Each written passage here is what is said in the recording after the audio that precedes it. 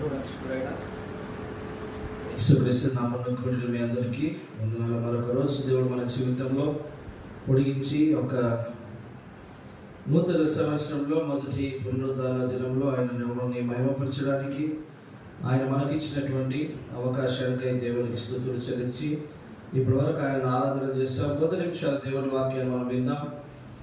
ఆదికాండము 32వ అధ్యాయము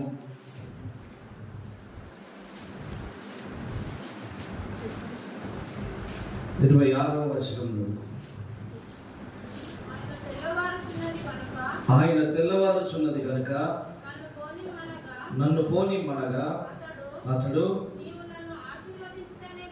నీవు నన్ను ఆశీర్వదిస్తేనే గాని నిన్ను పోనీయనని మనం చాలండి. దేవుడు మాటలు దీవించి 10 నిమిషాలు మనతో మాట్లాడును గాక. చదవబడినటువంటి వాక్య భాగంలో ఇక్కడ కనబడుతున్నటువంటి వ్యక్తి పేరు యాకోబు. యాకోబు అనగా ఇస్సాకును మోసం చేసి ఏశావుని మోసం చేసి ఆశీర్వాదాలన్నీ దొంగిలించుకొని వెళ్ళిపోయినటువంటి వ్యక్తి. కానీ మరలా ఒకసారి ఏమడుగుతుందంటే దేవుని దగ్గర నాకు ఆశీర్వాదము ఇస్తేనే నిన్ను విడిచిపెడతా అని అంటున్నాడు. ఈ విడిచిపెట్టడానికి గల కారణం, ఆశీర్వాదం మళ్ళా కావాలని అడగడానికి గల కారణం ఏంటంటే, మొదటిగా యాకోబుగా ఉన్నటువంటి వ్యక్తి తర్వాత ఏం చేయబడ్డాడంట? ఇజ్రాయిల్గా మార్చబడ్డాడు, అంటే మార్పు చెందాడు. ఈరోజు మనం వాక్యం ధ్యానం చేసుకుంటాం ఏంటంటే, మనమందరం కూడా మారినటువంటి వ్యక్తులుగా కనబడాలి, మార్పు కలిగేటువంటి వ్యక్తులుగా కనబడాలి. ఎలా కనబడాలి? మారాలి. మారకపోతే ఎట్లా? మనమందరం కూడా దేవుని దగ్గరికి వస్తున్నాం, దేవునితో సహవాసం చేస్తున్నాం, దేవుని యొక్క ఉద్దేశాన్ని, దేవుని యొక్క చిత్తాన్ని సంపూర్ణంగా నెరవేర్చడానికి, సంపూర్ణంగా ఆయన యొక్క ఉద్దేశాన్ని తెలియజేయడానికి దేవుడు మనల్ని ఏర్పాటు చేసుకున్నాడు. మనల్ని ఏర్పాటు చేసుకున్న తర్వాత మనందరం కూడా దేవుని త్రోవలో కాకుండా, దేవుని ఉద్దేశాల్లో కాకుండా, మన ఇష్టానుసారమైనటువంటి బ్రతుకులో ఒకవేళ మనం ప్రవర్తించి జీవిస్తే మన అందరి పరిస్థితులు ఎట్లుంటాయి? 2023 వెళ్ళిపోయింది, 2024 ఏమైంది?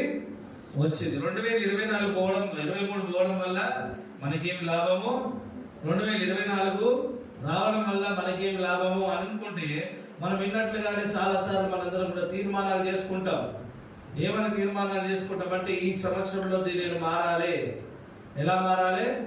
బుధవారం మీటింగ్ పెట్టుకోవాలని, శుక్రవారం ఉపవాస కూడికకు రాలేకపోతున్నా రావాలని, ఆదివారం ఆరాధన సమయానికి రాలేకపోతున్నా రావాలని, దేవుడు నాకు ఇచ్చే వాగ్దానం నా జీవితంలో, నా పిల్లలకు, నా కుటుంబానికి నెరవేర్చబడాలి అని అనుకుంటాం.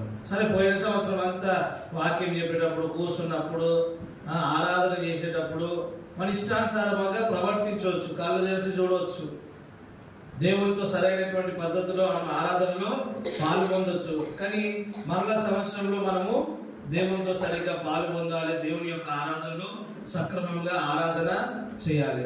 కొంతమందికి ఆరాధన సమయంలోనే అందరి మీద ఏమొస్తుంది? ప్రేమ వస్తుంది. పిల్లల మీద చాలా ఎక్కువ ప్రేమ వస్తుంది. కొంతమందికి ఎలా వస్తుంది అంటే, చాలా మందికి నిద్ర వస్తుంది. ఏమొస్తుంది?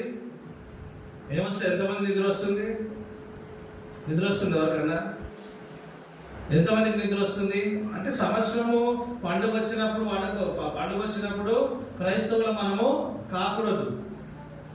క్రైస్తవులుగా మనం ఉండకూడదు. ప్రతిరోజు దేవునితో సహవాసం చేసేటువంటి క్రైస్తవుడిగా ఉండాలి. ఈయన ఈ ప్రార్థన ఎప్పుడు చేసిందంటే, మారిన తర్వాత చేశాడు. ఎప్పుడు చేసిండు? వాళ్ళ అన్నను మోసం చేసిండు, నాయనను మోసం చేసిండు, మామను కూడా మోసం చేసిండు. మామను మోసం చేయాలనుకుంటే మామ ఎట్లుంటాడంట? మోసగాళ్ళకి మోసగాడు. ఆయనే మోసం చేసి వచ్చిందంటే, వాళ్ళ మామ ఏం చేసిందంటే ఆయనను కూడా మోసము చేసి ఏం చేసినట్ట? ఒక కూతుర్ని ఇవ్వాలనుకున్న చోట ఇంకొక కూతుర్ని ఇచ్చి, ఆ జబ్బు కలిగినటువంటి కూతుర్ని ఇచ్చి పెళ్లి చేసినట్ట. రాత్రిపూట పెళ్లి జరుగుతుంది, అది ముసుగేసి పెళ్లి జరుగుతుంది. కాబట్టి ఈ యాకోబు గారు ఏం చేయలేకపోయారు?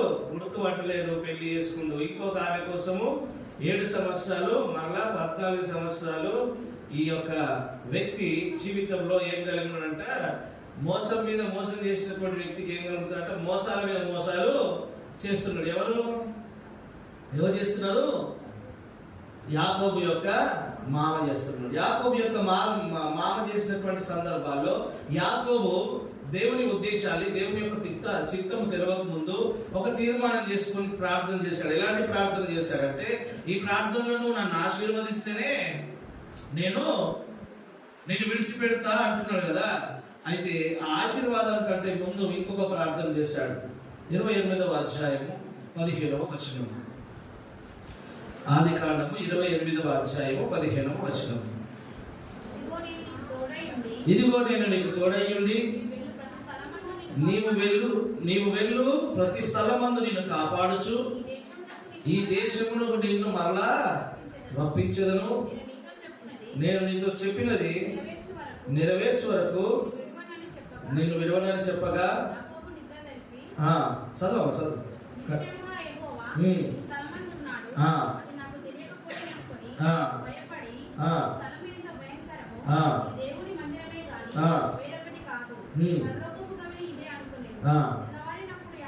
ఇరవై ఒకటో వచనం చదవమ్మా. నేను తిరిగి నా తండ్రి ఇంటికి వచ్చినట్లు 21వ వచనం చదవమ్మా. చదువు. దేవుడు నాకు తోడయ్యుండి. ఫస్ట్ ఏం ప్రార్థన చేస్తున్నాడు? నేను తండ్రి ఇంటికి తిరిగి రావాలని ప్రభు దర్శనమందు నాతో మాట్లాడాడు. తండ్రి ఇంటికి తిరిగి రావాలంటే దాని అర్థం ఏంటంటే, నువ్వు పాపంలో, అంధకారంలో, మోసంలో జీవిస్తున్నటువంటి నీ పరిస్థితులు, అవమానకరమైనటువంటి పరిస్థితులు కూడా వెళ్ళినటువంటి వాటన్నిటిని కూడా తిరిగి ఏడికొస్తే నువ్వు మార్చబడతావు, ఏడికొస్తే నువ్వు మార్చుకోగలుగుతావు. అంటే తిరిగి తండ్రి ఇంటికి వచ్చినప్పుడే మార్పు చెందగలుగుతావు అని దేవుడు చెప్పినప్పుడు ఆయన ప్రార్థన ఏం చేస్తాడంటే, నేను క్షేమముగా నా ఇంటికి వచ్చినట్లు దేవుడు నాకు తోడయుండి నేను వెళ్ళుచున్న మార్గంలో నన్ను కాపాడి. ఏమంటున్నాడు? మనం చేసే ప్రార్థన కూడా ఇట్లా ఉంటుంది కదా, ప్రభువా మేము వెళ్ళే మార్గంలో మాకు సహాయం చేయి, నీ దూతలు కావాలంచు అని ప్రార్థన చేస్తాం. మరలా ఏం ప్రార్థన చేస్తాము? తినడానికి ఆహారము. ఏం ప్రార్థన చేస్తున్నా? తినడానికి ఆహారం కావాలంటున్నాడు. ఇంకో ప్రార్థన ఏం చేస్తున్నాడు? ధరించుకున్నట్టు వస్త్రములు కావాలంటున్నాడు. నాకు దయచేసిన ఎడల యెహోవా నాకు తోడయ్యుండును, మరియు స్తంభముగా నేను నిలిపిన ఈ రాయి దేవుని మందిరము అగును. ఇప్పుడు దేవుడు చెప్పాడు, నీ ఇంటికి పోతే నువ్వు మరలా నీ క్షేమాన్ని, భద్రతను నేను తిరిగి నీకు ఇస్తానని చెప్పి దర్శనమందు యాకోబుతో మాట్లాడిన దేవుడు ఆయన వెళ్ళేటప్పుడు ఒక ప్రార్థన చేస్తున్నాడు. ఇప్పటిదాకా మనం చదివిన ప్రార్థన ఏంటంటే, నువ్వు నన్ను ఆశీర్వదిస్తేనే నేను నిన్ను విడిచిపెడతా అన్నాడు. దానికంటే ముందు చేసిన ప్రార్థన ఎలా ఉందంటే, నువ్వు నాకు అన్ని ఇయ్యి, నేను పోయే మార్గంలో నాకు తోడుగా ఉండు, నాకు తినడానికి తిండి, పట్టుకోవడానికి బట్టలు, అప్పుడు నువ్వు నా దేవుని అని నేను నీ ప్రార్థన చేస్తానన్నటువంటి యాకోబు ఏమంటున్నాడంటే, ఆ తర్వాత ప్రార్థన ఏం చేసిండు? ఫస్ట్ ప్రార్థన ఎట్లుంది? ఆయన కోసం ప్రార్థన చేసుకున్నాడు. ఆయన కోసం, ఆయన కావాల్సిన వాటి కోసము ప్రార్థన చేసుకున్నాడు. రెండో ప్రార్థన ఏం చేస్తున్నాడు? నీవు నన్ను ఆశీర్వదిస్తేనే. ఈ ఆశీర్వాదానికి ఆ ఆశీర్వాదానికి వ్యత్యాసం ఏంటంటే, మొదట అడిగింది భూ సంబంధమైనటువంటి, కొంచెం హమ్మింగ్ వస్తుంది, కొంచెం తక్కువ చేయాలి మాస్టర్, కొంచెం తక్కువ.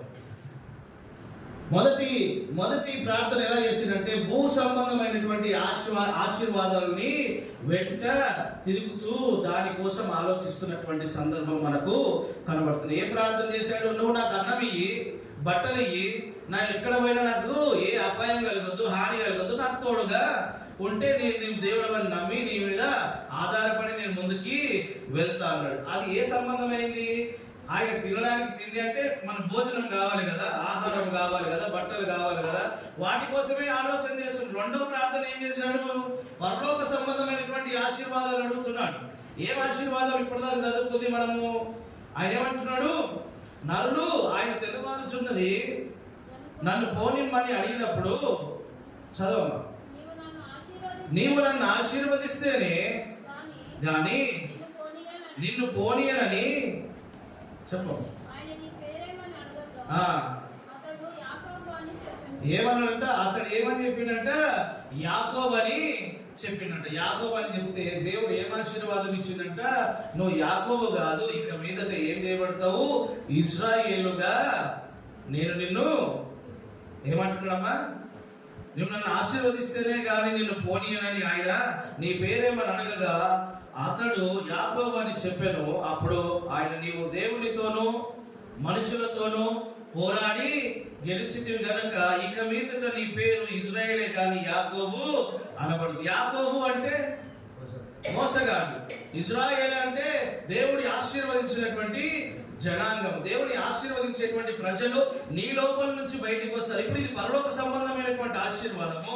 ఆయన మొదట అడిగింది తండ్రి దగ్గర పోయి మోసం చేసి ఆ యొక్క అన్నకున్నటువంటి రోమాలను ధరించుకొని తల్లి చెప్పినటువంటి మాట విని ఆ యొక్క ఇస్సాకు దగ్గర ఆశీర్వాదాలన్నీ కొట్టుకొని వెళ్ళిపోయినటువంటి దొంగిలించి వెళ్ళిపోయినటువంటి ఈ మోసగాడైనటువంటి ఆ యాకోబుని దేవుడు యాకోబు అనేటువంటి మోసపూరితమైనటువంటి మాటను పక్కన పెట్టేసి ఆయన ఇజ్రాయేల్ గా దేవుని కుమారుడిగా ఆయన మరలా ఆయన ఇంటికి ఆయనను చేర్చుకున్నట్లుగా మనకు కనబడుతుంది. మొదటి ఏంటంటే మన జీవితంలో ఏం కలిగి ఉండాలి?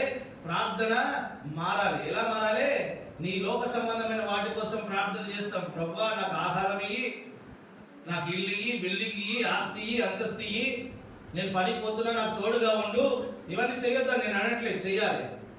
కానీ వీటితో పాటు ఈ లోకంలో అవసరమైంది నువ్వు అడగాలంటే మొదట ఏం అడగాలంట? ఆయన నీతిని రాజ్యాన్ని అడగాలి. ఏం అడగాలి? ఆయన నీతి రాజ్యం ఏడు ఉంటుంది? దేవునితో, దేవుని యొక్క ఇంట్లో ఉంటుంది, దేవుని యొక్క సంఘంలో ఉంటుంది, దేవునితో సావాసం చేయడము లో ఉంటుంది. మొదటిగా మనం అందరం కూడా అడగాల్సింది ఏంటంటే భూ సంబంధమైనటువంటి ఆశీర్వాదాల కంటే పరలోక సంబంధమైనటువంటి ఆశీర్వాదం కోసం మనము ఎదురు చూడాలి. రెండవది మనం చూద్దాం 32వ అధ్యాయము, అదే ఆదికాండం 32వ అధ్యాయము 27వ వచనం. ఇప్పుడు దాకా చదివినా కదా, చదువు మళ్ళా.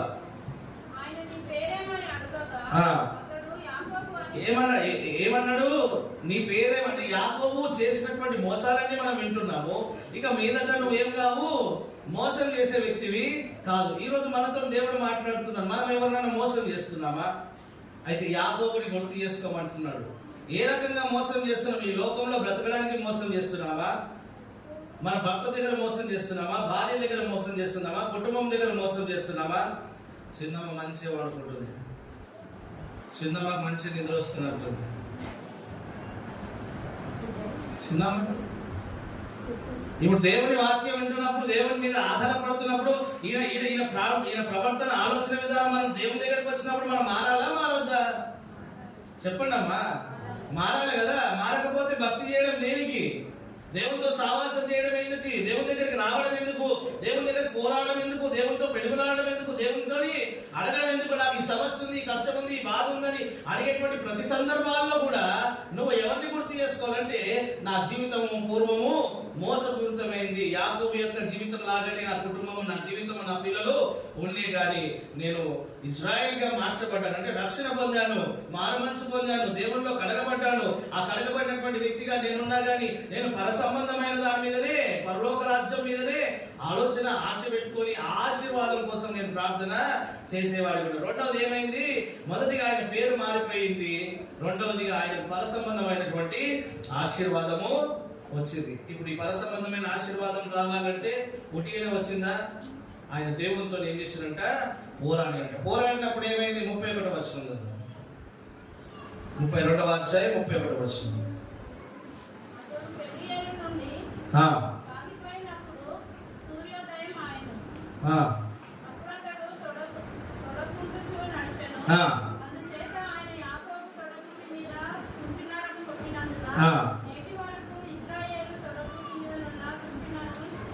ఇప్పుడు ఏమైంది? మోసగాడిగా ఉన్నప్పుడు ఎట్లా నడిచిందంట? మంచిగా నడిచిండంట. ఎట్లా నడిచిండు? మంచిగా నడిచినట్ట, క్షేమంగా, మంచి ఆరోగ్యం ఇచ్చాడు, మంచి తెలివి ఇచ్చాడు, మంచి జ్ఞానం ఇచ్చాడు, మంచిగా నడిచాడు, మంచి నడవడానికి కాళ్ళకు మంచి బలమును, శక్తిని ఇచ్చాడు. ఎప్పుడైతే పరలోక సంబంధమైనటువంటి ఆశీర్వాదాన్ని కోరుకున్నాడో, దేవునితో పెనుగులాడాడో, దేవునితో కొట్లాడాడో, ఈయనకి ఏమైందంట? తొంటి నరము ఇరిగిపోయిందంట. ఆ తొంటి నరము ఏమైంది? అక్కడి నుంచి ఏమైందంట? ఆయన నడక ఏమైంది? ఏమైంది? ఇప్పుడు చక్కగా నడుస్తున్నాడా? దెబ్బ తగిలిన తర్వాత కొంటలాగా నడుస్తున్నాడు. ఎట్లా నడుస్తున్నాడు? ఒక స్టెప్ వేసి వంటకు నడుస్తున్నాడు అనమాట. ఆ కాలికి గాయమైంది కాబట్టి ఆ గాయాన్ని బట్టి ఆయన నడక ఏమైంది? మారిపోయింది. మొదటికి ఏమైంది? ఆయన ప్రార్థన మారింది. రెండవది ఏమైంది? ఆయన పేరు మారింది. మూడవది ఏమైంది? ఆయన నడక కూడా మారింది. మొదటికి ఏమైంది? ఏమైంది? మొదటిగా ప్రార్థన మారింది, రెండవది ఏమైంది? ఆయన పేరు మారింది, మూడవది ఏమైంది? ఆయన నడక మారింది. ఆయన నడక మారిన తర్వాత ఆయన లోకానుసారంగా ఉన్నప్పుడు లోకానికి బాగుగా కనబడ్డాడు. ఎలా కనబడ్డాడు? లోకంలో చక్కగా కనబడ్డాడు. మంచి ఆయుష్ని, ఆరోగ్యాన్ని, నడకను దేవుడు ఇచ్చినటువంటి వాడిగా కనబడ్డాడు. ఎప్పుడైతే దేవుని దృష్టిలో పడ్డాడో, దేవుని యొక్క ఆలోచనలో పడ్డాడో, మనం అనుకుంటాం దేవుని దగ్గర రాగానే దేవుడు నాకు ఆశీర్వాదాల మీద ఆశీర్వాదాలు ఇస్తాడు అనుకుంటాం. దేవుని దృష్టిలో పడ్డాక ఏమైందంటే మంచోడు కాస్త కుంటోడు అయిపోయినట్ట. దేవుని దగ్గరికి వస్తే ఆశీర్వాదం రావాలంటే శ్రమ కలగాలి, కష్టం కలగాలి, బాధ కలగాలి. ఈ యొక్క కాలు బాగలేకపోయినా కానీ దేవుని మీద ఆధారపడి ముందుకు వెళ్ళాడు. మూడవది ఏం మారింది? నడక మారింది. నాలుగవది 33వ అధ్యాయం 3వ వచనం. 33వ అధ్యాయం 3వ వచనం.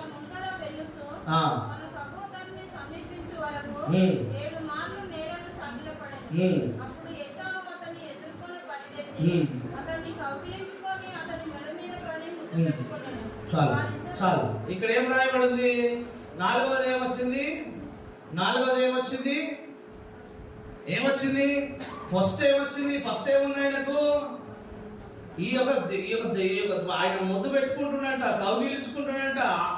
ఆయన ఎంత ప్రేమగా చూస్తున్నాడో మనకు కనబడుతుంది. ఇక్కడ ముందేం చేసిందంట? నాయన చెప్పిన మాంసము తల్లి చెప్పగానే ఈయన కంటే ముందు తీసుకొని వచ్చేసి కోసేసి వండి తినిపించి దీవెనలన్నీ దొంగలించి వెళ్ళిపోయినటువంటి వ్యక్తి, నా సహోదరుడు వస్తున్నాడు, నన్ను కొడతాడేమో, నన్ను చంపుతాడేమో, ఆయన బయలుదేరి వచ్చినటువంటి సందర్భాలన్నీ ఎన్ని రకాలుగా ఆయన ఆలోచన చేశాడో వాటన్నిటికీ విరుద్ధంగా ఎప్పుడైతే దేవుని యొక్క ఆశీర్వాదాన్ని పొందుకున్నాడో ఏమైందంట? మనసు మారిపోయిందంట. ఏమైందంట? అప్పటిదాకా దొంగతనం చేసిన ఆశీర్వాదాలన్నీ అవన్నీ గుర్తొస్తలేవంట. ఏమొస్తుంది అంట? ఆ దీవెనలన్నీ దొంగలించినటువంటి సహోదరుడు తనని చంపడానికి వస్తున్నాడని అనుకున్నటువంటి పరిస్థితిలో ఏం చేశాడంట? ఆయన ఎదుటకు వచ్చి ఏం చేశాడంటమ్మా? చదవమ్మా. ఏం చేశాడంట? సాగిల పడి తాను వారి ముందర వెలుచు తన సహోదరుని సమీపించే వరకు 7 మార్లు నేల మట్టుకు సాగిల పడెను.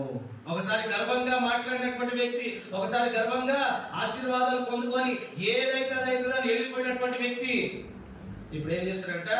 ఏ వ్యక్తి దగ్గర అయితే మోసం చేశాడు, ఏ వ్యక్తిని అయితే ఆయన ఎదుట దుష్టునిగా కనబడ్డాడు, ఏ వ్యక్తి ఎదుట ఆయన మోసపూరితమైనటువంటి వ్యక్తిగా కనబడ్డాడో ఆ యొక్క వ్యక్తి ఎదుట ఏం చేశాడంట? సాగిల పడ్డాడంట. మార్పు చదివితే ఏం చేస్తామంట? అరే నాకేంద్రా, నీకేంద్రా, నీ ఇష్టం వచ్చినా నువ్వు బతున్నావు, నా ఇష్టం వచ్చినా నీకేంద్రా, నాకేంద్రా అనేటువంటి పద్ధతిలో జీవించేటువంటి రకాల్లో మనం ఉన్నటువంటి పరిస్థితుల్లో ఈ దేవుని జీవితంలోకి వచ్చిన తర్వాత ఏం కలిగిందంటే వీళ్ళకి మార్పు అనేది వచ్చిందంట. మార్పు రాగానే ఏమొచ్చింది? ఏం మారింది? అప్పటిదాకా ఫస్ట్ ఏం మారింది? ప్రార్థన మారింది. రెండవది ఏం మారింది? పేరు మారింది. మూడవది ఏమైంది? నడక మారింది. నాలుగోది ఏమైంది? మనసు మారింది. పాత ఆలోచనలు లేవు, పాత తలంపులు లేవు. ఈరోజు 2024 వచ్చింది నీకు, కానీ పాత ఆలోచనలు, పాత తలంపులు పెట్టుకొని కూర్చున్నావేమో. దేవుడు నీతోనే మాట్లాడుతున్నాడు. నీ పాత ఆలోచనలు, తలంపులన్నీ పక్కన పెట్టేసేయి. నువ్వు పూర్వం మోసపూరితమైనటువంటి బ్రతికావేమో, కానీ నీ మనసు మారాలని దేవుడు కోరుతా ఉన్నాడు. నాలుగోది ఏంది? మనసు మారింది. 5వ చూద్దాం. 33వ అధ్యాయము 5వ వచనం.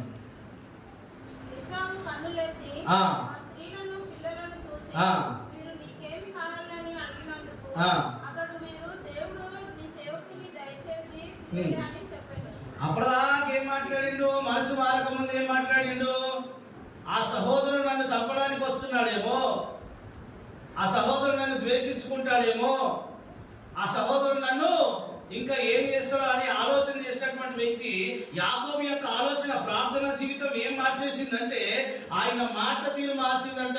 ఏమని మార్చిందంటే ఏశావు అడుగుతున్నాడు, వీళ్ళందరూ ఎవరయ్యా? వాళ్ళ భార్యలను చూసి, వాళ్ళ పిల్లలను చూసి ఎవరంటే వీళ్ళందరూ నా భార్య పిల్లలని ఆ యాకోబు ఏశావు గారికి చెప్తున్నప్పుడంట, ఏశావు గారు చెప్పేటప్పుడంట, యాకోబు గారు చెప్పేటప్పుడంట ఏశావు గారు యాకోబుకి ఎలా కనబడినంట?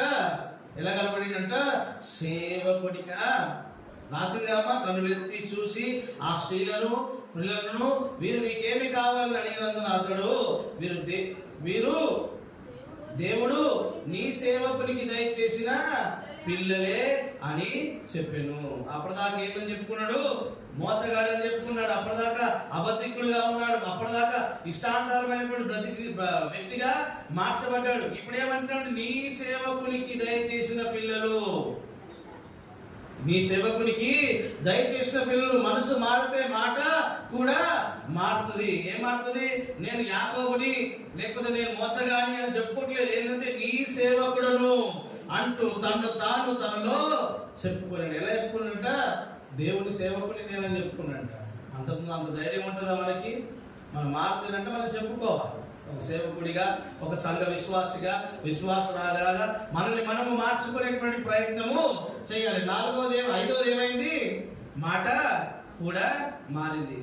ఇప్పుడు దేవునితో ఉన్నప్పుడు ఒకలాగా మాట్లాడతాము, దేవునితో లేనప్పుడు ఒకలాగా మాట్లాడతాము. ఇప్పుడు దేవుని యొక్క ఆలోచన విధానంలో ఉన్నాడు కాబట్టి యాకోబుగా ఉన్న మోసగాడు ఉన్నటువంటి ఇశ్రాయేలుగా మారినటువంటి యాకోబు అంటున్నాడు, నీ సేవకుడికి దయచేసిన పిల్లలని చెప్పిన. ఏం మారింది? మాట తీరు కూడా మారిపోయింది. ఆరోది చివరిది మనం చూసుకొని మనం ముగించుకుందాం. 33వ అధ్యాయం 10వ వచనం. అప్పుడు యాకోబు అట్లు కాదు, నీ కటాక్షము నా మీద ఉన్న యెడల ఉత్తగించి నా చేత ఈ కానుక పుచ్చుకొనుము. దేవుని ముఖము చూసినట్లు నీ ముఖము చూచుచుని. అయ్యా ఏమంటున్నాడు? దేవుని ముఖము చూసినట్టు నీ ముఖాన్ని చూస్తున్నా. చిన్నగా ఉన్నప్పుడు తల్లి కడుపులో ఉన్నప్పుడే పెనుగులాడి కొట్లాడి బయటికి వచ్చి జ్యేష్ఠత్వాన్ని అమ్ముకొని నిస్పృహలో ఉన్నటువంటి ఏశావు బ్రతుకు, ఏశావు యొక్క జీవితాన్ని అన్ని రకాలుగా ఏశావు ఎప్పుడు కూడా తన సహోదరుని ద్వేషించిన వాడిగానే కనబడుతున్నాడు అనుకున్నటువంటి ఏశావు గారు యాకోబు గారికి ఎలా కనబడుతున్నట్ట? ఆయన ముఖంలో ఎవరు చూసినట్ట? దేవుని ముఖాన్ని చూసినట్ట. ఏం చూస్తున్నట్ట? నీ కటాక్షం నా మీద ఉన్న యెడల చింతగించుము, నా చేత ఈ కానుక పుచ్చుకొని. దేవుని ముఖము చూచినట్లు నీ ముఖము చూచితిని. ఏం మారిందంట? ఏం మారిందమ్మా? చూపు మారింది. ఏం మారింది? ఫస్ట్ ఏం మారింది? ప్రార్థన మారింది. సెకండ్ పేరు మారింది. థర్డ్ నడక మారింది. 4 మనసు మారింది. 5 మాట మారింది. 6 తన చూపు కూడా మారిపోయిందంట. ఏమైందంట? తను చూసే విధానం మారిపోయిందంట. చాలా మంది చాలా రకాలుగా చూస్తారు, చాలా రకాలుగా మాట్లాడుతూ ఉంటారు, చాలా రకాలుగా అనేకమైన దేవుడు అంటాడు కదా, చూసి నమ్మేటోడు కంటే చూడక నమ్మినోడు ఏమంటాడు? ధన్యుడు అని చెప్తున్నాడు కదా. యేసుక్రీస్తు ప్రభువు వారి శిలువలో అప్పగింపబడి తిరిగి లేచిన తర్వాత ఆ మధ్యలోకి వచ్చి మీకు సమాధానం కలుగును అన్నప్పుడు అందులో ఉన్నటువంటి కొంతమంది ఏమన్నారు? దయ్యమన్నారు, భూతం అన్నారు. ఒక ఆయన అన్నాడు, నీ చేతుల్లో వేలు పెట్టి నేను చూస్తేనే నిన్ను దేవుడు తిరిగి లేచాడని నమ్ముతానన్నాడు. దేవుని యొక్క వాగ్దానం, దేవుని యొక్క ఆశీర్వాదం, దేవుని యొక్క ఉద్దేశము మన జీవితంలో కలిగి ఉండాలంటే మనం మార్పు చెందేటువంటి వారిగా ఉండాలి, మారేటువంటి వారిగా ఉండాలి. ఎప్పుడు నీకు కావలసినటువంటి భోజనం కోసం, నీకు కావలసినటువంటి బట్టల కోసం, నీకు కావలసినటువంటి ఆర్థిక సహాయం కోసం అనేక ప్రార్థనలు మనం చేస్తూ ఉంటాం.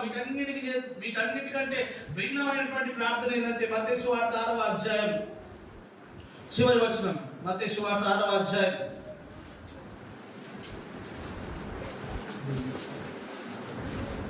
యేసుక్రీస్తు ప్రభువు దగ్గరికి వచ్చిన తర్వాత యేసు ప్రభు చెప్పిన మాట 6వ అధ్యాయం చివరి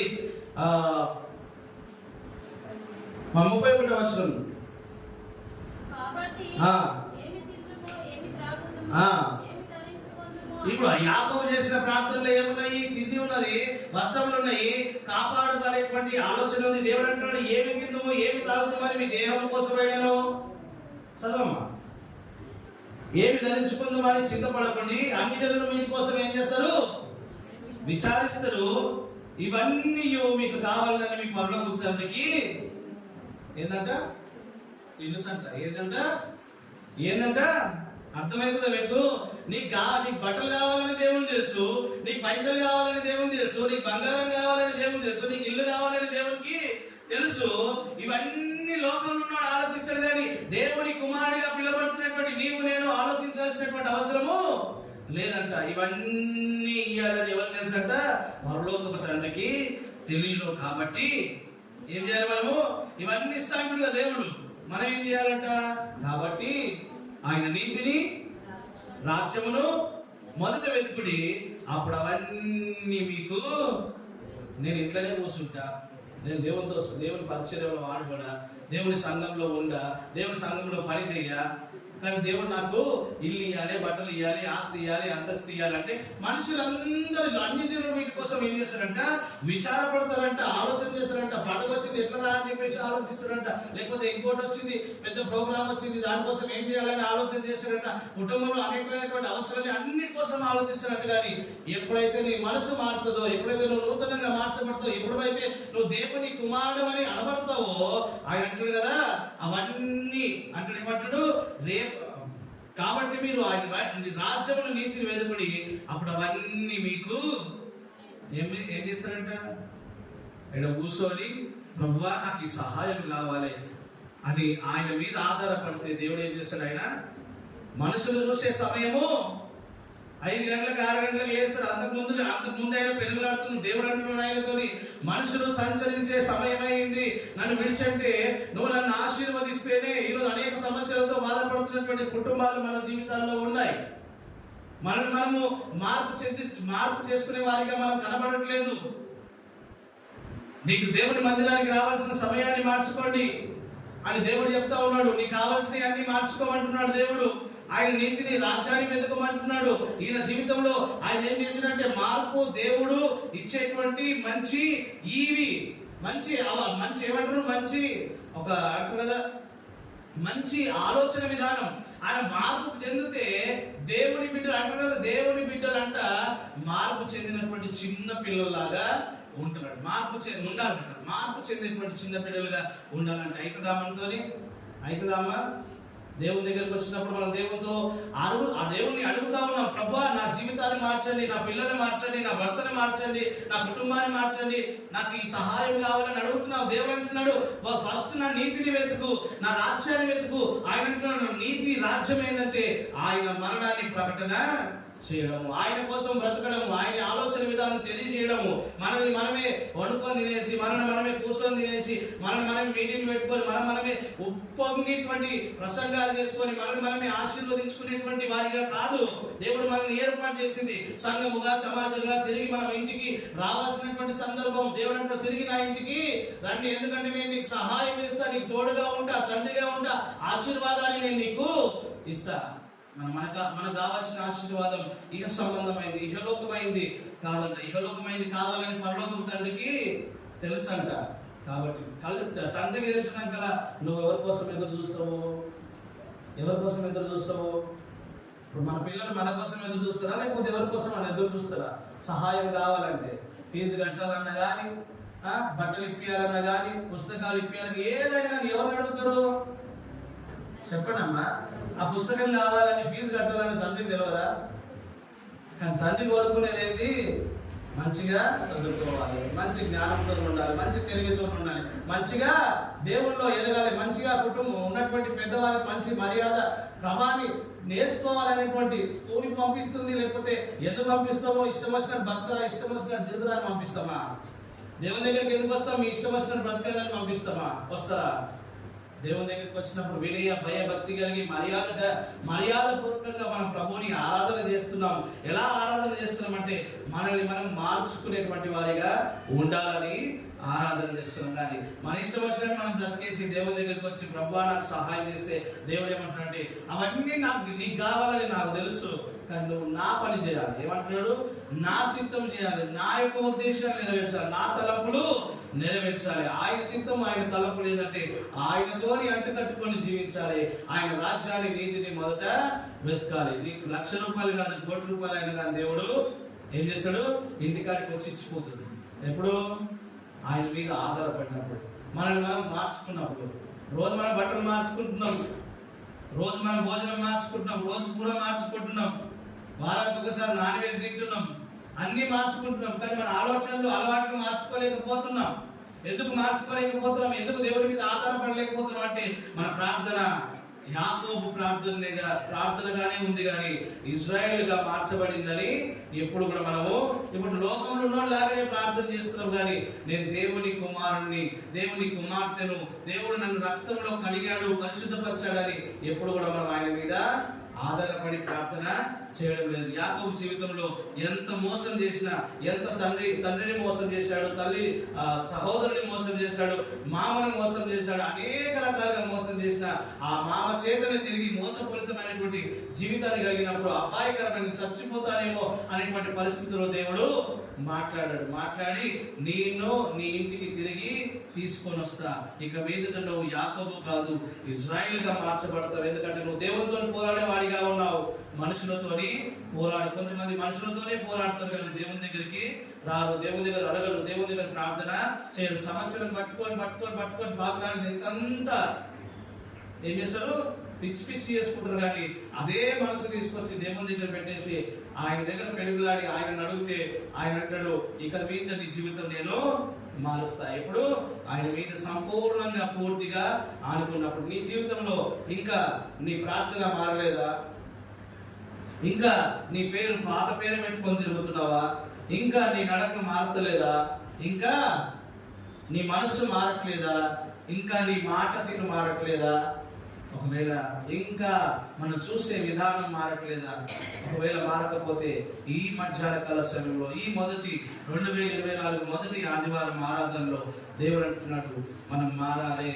మారకపోతే భక్తి చేయడము వేస్ట్ అంటున్నాడు. భక్తి చేస్తే మనం మారాలి. మనం మారి అనేకులను మార్చేటువంటి వారిగా దేవుడు మనల్ని ఆశీర్వదించి కృప చూపించి తన ఉన్నతమైనటువంటి పరలోక రాజ్యానికి మనం సిద్ధపరిచి, మనం సిద్ధపడ్డట్టే అనేకులను ఆయన వైపు తిప్పేటువంటి వారిగా మనం సిద్ధపడదాం. మోకరించి ఒక తీర్మానం చేసుకుందాం. మోకరించి మనము ఆయనకు సమర్పించుకుందాము. పైన వాటి కోసం కాకుండా ఈ లోక సంబంధమైన వాటి కోసం ఆలోచన చేస్తున్నావేమో, ఈ లోక సంబంధమైనటువంటి తలంపులు కలిగి ఉంటున్నావేమో, ఈ లోకంలో కావలసిన ఆస్తి కోసం, అంతస్తు కోసం, అందము కోసం, బట్టల కోసం, ఇవి కాదు. ఈ లోకంలో ఇవన్నీ తీసుకొని పోలేవు. ఇవన్నీ ఒకరోజు విడిచిపెట్టిపోవాలి. నీ బంగారం విడిచిపెట్టాలి, నీ వెండి విడిచిపెట్టాలి, నీ బట్టలు విడిచిపెట్టాలి, నీ ఆస్తి విడిచిపెట్టాలి, నీ పిల్లలను విడిచిపెట్టాలి, నీ తల్లిదండ్రులను విడిచిపెట్టాలి. కానీ విడవంది దేవుడు నిన్ను మార్చినటువంటి జీవితం, దేవుడు నీకు ఇచ్చినటువంటి విలువైన రక్తం చేత నిన్ను కడిగాడు, పరిశుద్ధపరిచాడు. తన హృదయాన్ని, నీ హృదయాన్ని ఆయనకి ఇవ్వమంటున్నాడు. నిన్ను నువ్వు మార్చుకో, నిన్ను నువ్వు ఆయన సన్నిధికి సమర్పించుకో. యాకోబు జీవితంలో ఆయన మార్పు చెందాడు. ఆయన అంటున్నాడు, మారాలి. మారకపోతే భక్తి చేయడం ఎందుకు? దేవుని దగ్గరికి రావడం ఎందుకు? దేవునితో సావాసం చేయడం ఎందుకు? పాటలు పాడడం ఎందుకు? ఉపవాసం ఉండడం ఎందుకు? అలవాటుగా దేవుని దగ్గరికి రావద్దు, అలవాటుగా దేవుని సన్నిధిలో కూడొద్దు, అలవాటుగా దేవుని యొక్క ఉద్దేశాన్ని ఆలోచించొద్దు. ఆయన నీతిని, రాజ్యమును మొదట వెతకండి, అప్పుడు అన్ని మీకు అనుగ్రహించబడతాయి. యాకోబు ప్రార్థన మార్చుకున్నాడు, యాకోబు చూపు మార్చుకున్నాడు, యాకోబు మనసు మారింది, యాకోబు నడక మారింది, యాకోబు పేరు కూడా మారింది. కొన్ని సంవత్సరాలు అవుతుందండి, కొన్ని దినాలు అవుతుంది, కొన్ని రోజులు అవుతుండొచ్చు. అయ్యా, నేను ఇంకా నా పాత రోత జీవితాన్ని బట్టే చింతిస్తున్నాను. దేవుడు అంటున్నాడు, రా నాతో పెరుగులాడు, నా ఎదుటకు వచ్చి ప్రార్థన చేయి, నా ఇంటికి క్షేమంగా రా, తిరిగిరా. నేను నిన్ను నూతనమైన వాడిగా, ఇశ్రాయేలుగా నేను మారుస్తాను. నీ మాట తీరు మారతలేదేమో. ఇంట్లో రోజు నీ భర్తతో, నీ అత్తతో, నీ కుటుంబంతో, నీ బంధువులతో, నీ స్నేహితులతో, నీ పిల్లలతో ఎలా మాట్లాడుతున్నావు? రక్తంలో కలగబడిన దానివి, రక్తంలో నీ యొక్క పాపాలు ఒప్పుకున్న దానివి. నీ మనసు మారిందా? నీ ఆలోచన మారిందా? నీ తలంపు మారుతుందా? ఆయన మీద, ఆయన నీతి మీద, రాజ్యం మీద ఆశపడిందా? ఆశపడి లేకపోతే ప్రభువా నన్ను మార్చండి. అంత మోసగానే మార్చావు ప్రభువా. తండ్రిని మోసం చేశాడు, సహోదరుని మోసం చేశాడు, జ్యేష్ఠత్వాన్ని పొందుకున్నాడు. భ్రష్టమైనటువంటి బతుకుతున్నటువంటి వ్యక్తిలో నిన్ను చూశాడు ప్రభువా. ఆయన మాట తీరు మారింది, ఆయన ఆలోచన మారింది, ఆయన తలంపు మారింది. నేను ఈ లోక సంబంధమైన వాటి కోసము కాదు, పర సంబంధమైనటువంటి ఆ పరలోక రాజ్యం కోసమై దేవుని యొక్క ఆశీర్వాదాన్ని నేను పొందుకోవాలి. నాకు కావాల్సిన అన్ని ప్రభువుకే తెలుసు. నేను ఎంత కష్టంలో ఉన్నా ప్రభువుకు తెలుసు, ఎంత ఇరుకుల్లో ఉన్నా ప్రభువుకు తెలుసు అంటున్నాడు. నేను ఆయన మీద ఆధారపడతాను, ఆయన మీద ఆనుకొని ఉంటాను, ఆయన మీద సంపూర్ణంగా నా మనసు ఉంచుకుంటానని మన హృదయాన్ని మనం పరీక్ష చేసుకుందాం. ఈ మధ్యాహ్న కాల సమయంలో నా ప్రభువు నీకు సహాయం చేసేవాడిగా ఉన్నాడు.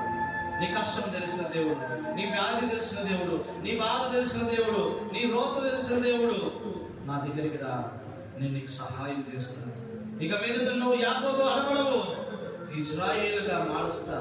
ఎప్పుడైతే తన ప్రార్థన మార్చుకున్నాడో దేవుడు ఈ లోకంలో ఆశీర్వాదకరమైనటువంటి ఇజ్రాయేలు ప్రజలకు తండ్రిగా, అబ్రహాం, ఇస్సాకు, యాకోబు దేవుడిగా, మోసగాడైనటువంటి యాకోబుని మార్చిన దేవుడు నిన్ను మార్చాలనుకుంటున్నాడు, నన్ను కూడా మార్చాలనుకుంటున్నాడు. మనందరం మార్పు చెంది బిడ్డల వంటి వారమై ఆ తండ్రి రాజ్యాన్ని వెతికి, నీతిని వెతికి ముందుకు వెళ్ళే కృపను దేవుడు మనందరికీ అనుగ్రహించలాగా మనల్ని మనం తగ్గించుకొని ఆయన నామాన్ని హెచ్చించి ఆయన శరీరం రక్తంలో పాల్గొందాం. దేవుడు మాటలు దీవించి ఆశీర్వదించుగాక. ప్రభు యొక్క శరీరం రక్తంలో పాల్గొనడానికి మనల్ని మనం సిద్ధపడదాం.